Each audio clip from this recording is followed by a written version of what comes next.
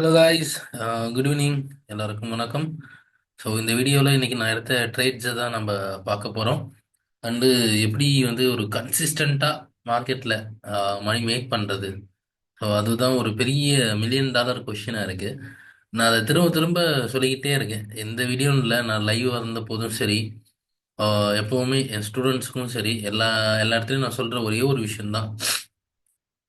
மார்க்கெட்டில் ஒரு சிஸ்டமேட்டிக்கான அப்ரோச் வேணும்னு நான் சொல்லிக்கிட்டே இருந்திருக்கேன். ஸோ அந்த சிஸ்டமேட்டிக்கான அப்ரோச் இல்லாத வரைக்கும் நம்மளால கன்சிஸ்டண்ட்டாக மார்க்கெட்டில் பணமே பண்ண முடியாதுங்க. ஓகேங்களா? அதுதான் உண்மை. அதனால தான் பார்த்தீங்கன்னா உங்களுக்கு அந்த அந்த ஃபண்டிங் டிப்ஸ் இந்த மாதிரியான இதுலெல்லாம் பார்த்தீங்கன்னா ஒரு இது இருக்கும். அது லைக் ஃபர்ஸ்ட் ஃபேஸ் செகண்ட் ஃபேஸ்ன்னு பாஸ் பண்ணுற மாதிரி அதில் வந்து ஒரு ரூல்லாம் பார்த்தீங்கன்னா ரொம்ப ஸ்ட்ரிக்டாக இருக்கும்.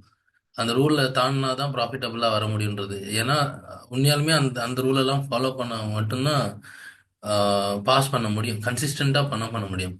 அதாவது உங்கள் கேபிட்டலுக்கு நீங்கள் 1% தான் நான் ரிஸ்க் எடுக்க போகிறேன்றது, உங்கள் ட்ரேட்ஸை பார்த்தீங்கன்னா கரெக்டாக அந்த ரிஸ்க்கை ஒரே சைஸாக மேனேஜ் பண்ணுறது, ரிஸ்க் டு ரிவார்ட் பண்ணுறது.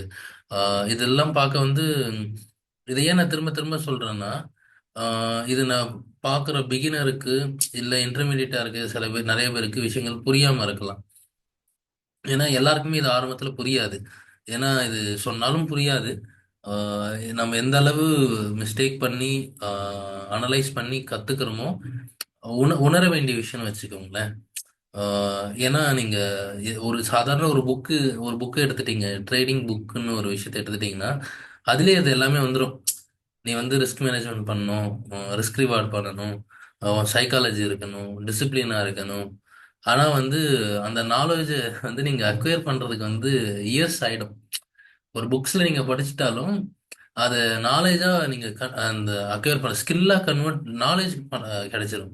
ஆனா அந்த ஸ்கில்லா வளர்றதுக்கு இட் டேக்ஸ் டைம்.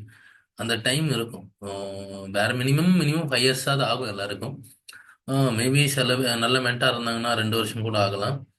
ஸோ இதுதான் நான் சொல்ல வரேன். ஸோ ஒரு ப்ராப்பரான டிசிப்ளின் இருந்தால் மட்டும்தான் கன்சிஸ்டண்டா பண்ண முடியும். ஏன்னா இது ஏதோ ஒரு இடத்துல வந்து நம்ம சைக்காலஜி, அந்த டிசிப்ளின் வந்து மிஸ் ஆகும். என்ன நம்ம ஸ்ட்ரிக்டா போனாலும் ஏதோ ஒரு இடத்துல உள்ள இருக்க குரங்கு எட்டி பார்க்கும். ஸோ ஆல் தி பெஸ்ட், நல்லா பண்ணுங்க. அண்ட் இன்னைக்கு ட்ரேட்ஸை நம்ம பார்க்கலாம். இன்னைக்கு ஃபர்ஸ்ட் ட்ரேடு டாடா பவர் எடுத்திருந்தேன். ஓகே, என்ன பண்ணியிருக்கும் டாடா பவர்? டாடா பவர் பார்த்தீங்கன்னா காலையில எடுத்தது, அது எனக்கு எஸ்எல். இங்கேயே எடுத்துட்டேன். அரௌண்டு பார்த்தீங்கன்னா எங்கே வாங்கியிருக்கேன்? Average price $355. 355 இடத்துல இருக்கு ரெட் சிம்பிள். இந்த இடத்துல எடுத்துட்டேன். $355. ஸ்டாப் லாஸ் அடிச்சிருச்சு. ஸ்டாப் லாஸ் அடிச்சுட்டு ஆஸ் யூஷுவல் கீழே வந்துட்டான் அந்த ட்ரேட். ஸ்டாப் லாஸ் கொடுக்கறது பிரச்சனை கிடையாது. ஓகேங்களா? அந்த ரிஸ்க்கை மேனேஜ் பண்ணுறது தான். முன்னாடி பார்த்தீங்கன்னா நான் நிறைய ட்ரேட்ஸ் எடுத்துக்கிட்டு இருந்தேன் முன்னாடி வீடியோஸில். நான் சரி அந்த மாதிரி ட்ரேட்ஸ் எடுக்கிறதுல வந்து எனக்கு ப்ரோக்கரேஜஸ் போயிட்டு இருக்கு, நிறைய விஷயங்கள் இருக்கு. ஸோ அதனால நான் ட்ரேட்ஸை மொத்தமாக கம்மி பண்ணிட்டேன். டோட்டலாக கம்மி பண்ணிட்டு எப்படி கம்மி ட்ரேட்ஸில் அதிக ப்ராஃபிட்டை மில் பண்ண முடியும் அப்படின்றத நான் பார்க்குறேன், வித் ப்ராப்பர் ரிஸ்க் மேனேஜ்மெண்ட்டோட. ஸோ இதில் பார்த்தீங்கன்னா 500 ரிஸ்க்கு, எல்லாத்துக்குமே 500 தான் ரிஸ்க்கு. ரிவார்டு 1:2 இல்லை 1:1 அந்த ரேஞ்சில் தான் நான் கேபிட்டலைஸ் பண்ணுவேன். அடுத்த ட்ரேட் பார்த்தீங்கன்னா ஐஓசி. இன்னும் பார்த்தீங்கன்னா இந்த பேக் டெஸ்ட் ஃபேஸில் தான் நான் இருக்கேன். ஓகேங்களா? இன்னும் நெக்ஸ்ட் வீக் மேலே தான் மேபி நான் இன்க்ரீஸ் பண்ணலாம், ரிஸ்க் இன்க்ரீஸ் பண்ணுறதுக்கு ஒரு வாய்ப்பு இருக்கு. இது வரைக்கும் கன்சிஸ்டண்டான இன்னிங்ஸ் வந்துட்டு இருக்கு. யா, ஐஓசி ஆவரேஜ் ப்ரைஸ் அப்படின்னு பார்த்தீங்கன்னா $126 நான் செல் பண்ணியிருந்தேன். மார்க்கெட் இன்னைக்கு செல்லிங் ப்ரெஷர் இருந்ததுனால யா இந்த இடம் 126. ஓகே, 126ல் இந்த ஹை எஸ்எல்ஆ வச்சு 1:1 ரிஸ்க் ரிவார்டில் நான் கொடுத்துட்டு வந்துட்டேன். அதனால அதில் $400 ப்ராஃபிட் இருக்கும். பர் ட்ரேடுக்கு வந்து ரிஸ்க் பார்த்தீங்கன்னா நான் $500 ரிஸ்க் எடுப்பேன். பரவாயில்ல. அதுக்கடுத்து வந்து ஸ்டாப் லாஸ் எல்லாம் தூக்கிட்டு நல்லா ஃபாலோ ஆயிருக்கானுங்க. நான் அவ்வளோதான் காலையில் முடிச்சுட்டு நான் ஒரு நாளைக்கு 5 ட்ரேட் தான் அப்படின்ற மாதிரி நான் கொஞ்சம் டிசிப்ளின் மெயின்டைன் பண்ணனால ஒரு 10 மணிக்கெலாம் ட்ரேடை முடிச்சிட்டேன். ட்ரேடை முடிச்சுட்டு இன்னைக்கு ஃப்ரீ ஆயிட்டேன். இன்னைக்கு என்ன பண்றதுன்னு தெரியாம முழிச்சுக்கிட்டு இருந்தேன். ஏன்னா ஹாவ் டு மெயின்டைன் டிசிப்ளின். ஓகேங்களா? மார்க்கெட் இருக்கு, டைம் இருக்குன்றதுக்காக நம்ம உட்காந்து ட்ரேட் பண்ணோம்னா காசு தான் போகும் நம்ம கிட்ட இருந்து. ஓகே. ஹெச்ஏஎல் வந்து ஒரு நல்ல ட்ரேடுன்னு நினைக்கிறேன். ரிஸ்க் ரிவார்டு தான், அதை நான் மெயின்டைன் பண்ண ட்ரை பண்ணேன். எஸ். ஆவரேஜ் ப்ரைஸ் பார்த்தீங்கன்னா இங்கே இங்கே இருக்கு. 3725, 3000 இந்த இடத்துல எடுத்திருக்கேன். எஸ். இந்த பிரேக் அவுட்டில் இங்கேருந்து 1:2 ரிவார்ட். ஓகேங்களா, நான் இந்த ஸ்விங்லேயே கொடுத்துட்டேன். பார்த்தீங்கன்னா தெரியும். நெக்ஸ்ட் டூவில் அரௌண்ட் 1:1.1 ஆர் 2 அந்த ரேஞ்ச். ஓகேங்களா, இது இந்த இடத்துல கொடுத்துட்டேன். அது போய் திரும்பவும் ஒரு ரீட்ரேஸ் ஆகி எண்ட் ஆஃப் த டே நம்ம லெவலுக்கே இங்கே பார்த்து இங்கே கொடுத்து கரெக்டாக ஷார்ப்பாக இந்த இடத்துல கொடுத்துருக்கேன். கிட்டத்தட்ட எத்தனை மணிக்கு வரைக்கும் வெயிட் பண்ணியிருந்தா அந்த லெவல் வந்திருக்குன்னா, டார்கெட் அடிச்சா வெளியே வரணும். 2:30 வரைக்கும் வெயிட் பண்ண வேண்டியதாக இருந்திருக்கும். ஸோ மார்னிங்கே ட்ரேட் க்ளோஸ் பண்ணிட்டேன். நான் ஒரு ட்ரேடர் இருக்கும்போது சப்போர்ட்டுக்கு நிஃப்டி பேங்க் நிஃப்டி எல்லாமே பார்த்துப்பேன். அடுத்த ட்ரேடு ஃபேக்ட். இதில் 1:2 ரிவார்டு. நல்ல நல்ல ரிவார்டு இல்லை. நான் என்ன எதிர்பார்த்தனோ அதை அச்சீவ் பண்ணேன் இன்னைக்கு.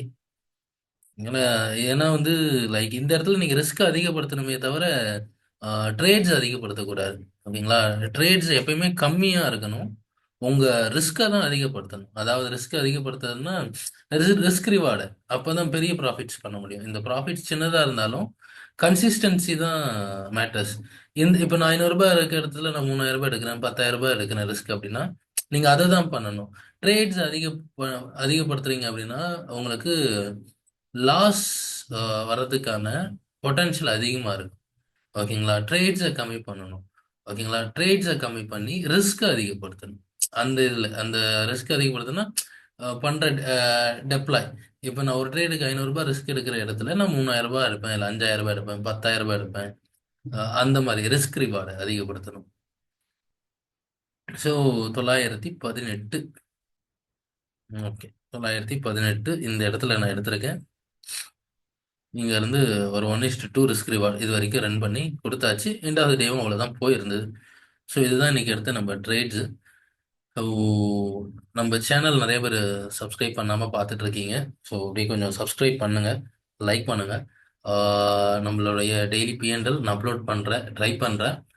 ஓகேங்களா, ஸோ கன்சிஸ்டண்டாக பண்ணும், கன்சிஸ்டண்டாக மணி மேக் பண்ணணும். அதுதான் வந்து மணியில் சும்மா ஒரு நாள் ப்ராஃபிட் பண்ணுறதுல எதுவுமே கிடையாது. ஸோ அது மட்டும் இல்லாமல் நிஃப்டி ஃபால் ஆகிட்டு இருக்கு.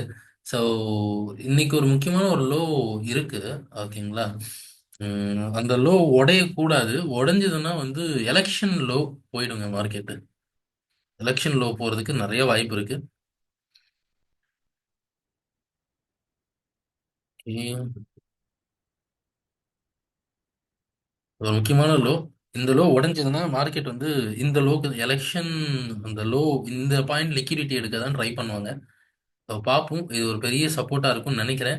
இல்லை இங்கேயே கன்சாலிடேட் ஆகிட்டு கூட திரும்பலாம். ஒருவேளை இது உடைஞ்சு இந்த இடத்துலலாம் மார்க்கெட் போக ஆரம்பிச்சிருச்சுன்னா மார்க்கெட் 21,300 பிரீச் பண்ணும்.